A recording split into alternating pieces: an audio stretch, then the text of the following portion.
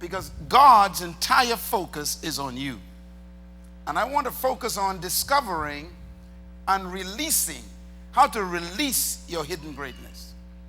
Every human being in this room and those watching by the internet, you have inside of you, I have no doubt about it, greatness.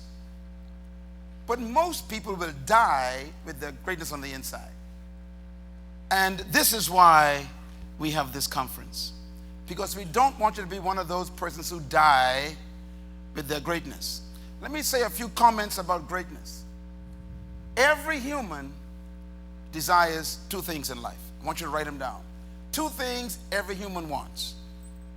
6 billion of us, and now 7 billion since last April on this planet, want two things. And everything you do is motivated by these two things. One, we want power. Every young person, every old person wants power. We got to talk about what power is. And the second thing we want is greatness. We don't talk about these too much, but every human being wants power and they want greatness. This is why we are motivated to wear certain clothing. We call them power clothing. This is why we try to join a gang, because being in a gang of people gives you power to threaten other people. This is why we would actually want to steal money or gain money, because money gives you power to buy things that you want to make you feel important. Everything we do is motivated by these two things, power and greatness. Now, I want to mention something about power. What is power? Power, I want you to quote it with me out loud up on the board so you can remember it when you leave here. What is power? Read it. Power is the ability and the capacity to control circumstances and in the environment. That's power. Power is what? The ability to control circumstances and to control your environment. That's what power is. And everybody wants it. The politician wants it. The banker wants it. The parent wants it. The young person wants it. Everybody wants power to control circumstances. What is greatness? Write this down. Greatness, out loud please, is a sense of value, importance, and significance. That's greatness. Greatness is when you feel that you are important to the world. You feel great when you feel that you are valuable to society. Greatness is when you feel that you are significant to your generation. In other words, the desire for all of us to be great and to control our environment is natural. You, as a 16-year-old, your desire to become the head of the class is a desire for greatness.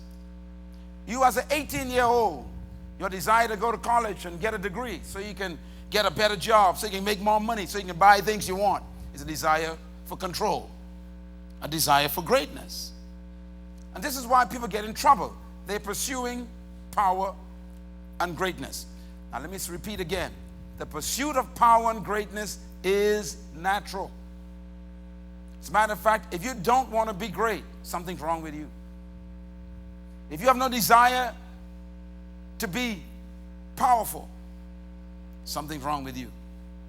Every person here desires these things. I put it this way. God is not against your desire for greatness.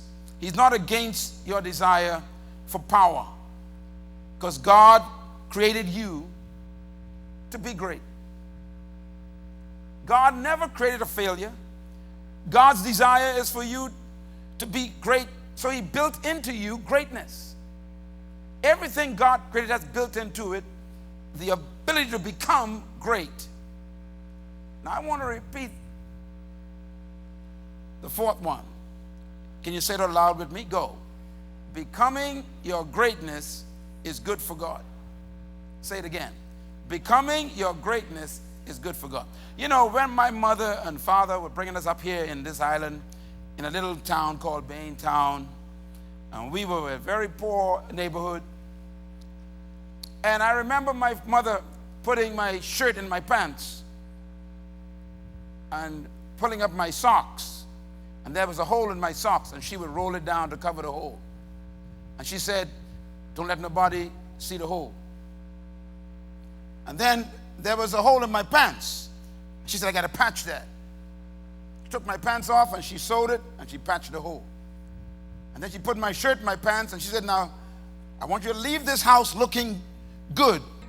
There are requirements. There's things that are required in order for you to be great.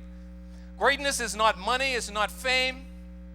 Greatness comes from reflection. What do I mean by reflection? You see, the Bible says we were created, as Pastor Mike said earlier, we were created in His image and His likeness. So we become great when we reflect who we are. So if you want to be great, I want you to remember, the first thing that you have to remember is you got to recognize. Everybody say recognize. When you recognize who you are, you realize where you're supposed to be. Psalm 82 says this. It says, they know not, nor do they understand. They walk about in darkness. All the foundations of the earth are unstable. I said, you are God's little g's. And it says, all of you are children of the Most High, but you shall die like men and fall like one of the princes. So the Bible is telling us, God is saying, I created you. I'm the big G, you the little g. But you see, if you don't recognize who you are, you can live your entire life not realizing that you are actually a replica of God. God says this about you. He says, don't die like a mere man. You see, an ordinary man who doesn't understand who he is, doesn't recognize who he is, he'll die below his privileges. I want to give you an encouragement today. Don't die at 17 and we bury you at 50. What do I mean by that? There are some people, their dreams, their hopes, their future is swallowed up by a bottle. And by the time they reach 17, they're already dead. Everybody say recognize. Now let's talk a little bit more about recognition. Many of you know the story of the prodigal son. How many of you know the story of the prodigal son? Okay, the prodigal son.